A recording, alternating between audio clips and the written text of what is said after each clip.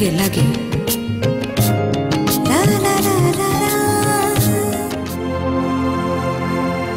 একসময় তারা ছিল দেশের বিনোদন জগতের জনপ্রিয় জুটি।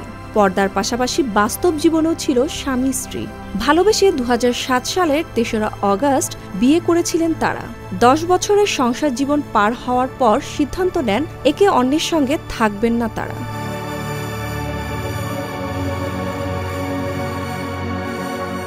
এরপর 2017 সালের মে মাসে আনুষ্ঠানিকভাবে বিচ্ছেদ ঘটে তাদের। মাঝে কেটে যায় 6 বছরেরও বেশি সময়। এর মধ্যে দুজনে একসঙ্গে পেশাগত কোনো কাজও করেননি। সাবেক দম্পতি তাহসান খান ও রাফিয়াত রশিদ মিথিলা। এবার আবারও এক হচ্ছেন তারা, বাস্তবে নয়, দেখা যাবে ছোট পর্দায়। এই জুটি একসময় নিয়মিত ছোট পর্দায় কাজ করতেন। জুটি হয়ে অভিনয় করেছেন বেশ কিছু জনপ্রিয় সিনেমা। এবার আবারও তাদের জুটি হতে দেখা যাবে। নাটক সিনেমা নয়, ফিরছেন ওয়েব সিরিজ দিয়ে। 7 পর্বের এই ওয়েব সিরিজটির নাম বাজি।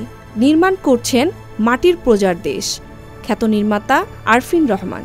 তবে এই বিষয়টি রাখা হয়েছে গোপনীয়। নির্মাতার ঘনিষ্ঠ সূত্রে জানা গিয়েছে, সিরিজের প্রথম লটের শুটিং ইতিমধ্যেই শুরু হয়েছে। এই ওয়েব সিরিজটি দিয়ে ওটিটিতে প্রথমবারের মতো নাম লিখতে যাচ্ছেন তাহসান। তবে কোন প্ল্যাটফর্মে সিরিজটি দেখা যাবে এই বিষয়ে এখনও কোনো কিছুই নিশ্চিত করা হয়নি।